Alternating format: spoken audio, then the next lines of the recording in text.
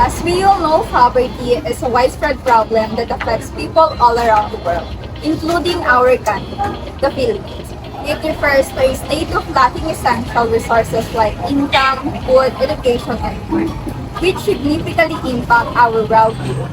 Living in poverty means not having enough means to sustain a decent life, including access to basic necessities such as food, clothing, shelter, and even struggling to afford essential services. One of the causes of poverty is the lack of economic opportunities.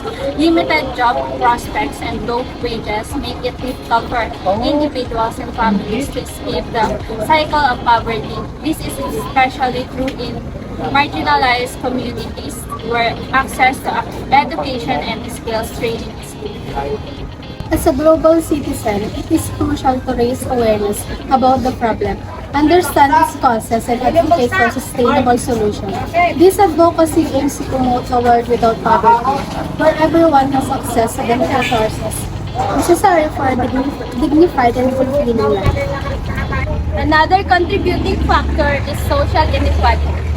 Discrimination, unequal distribution of resources, and limited access to essential services further perpetuate poverty.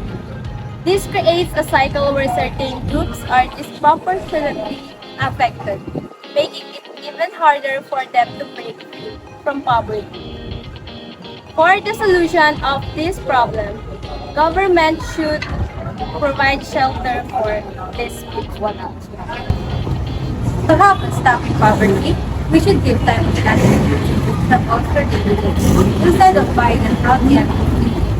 By that, we can protect our health and prevent getting sick and buying medicine and going to hospital to lessen our bills.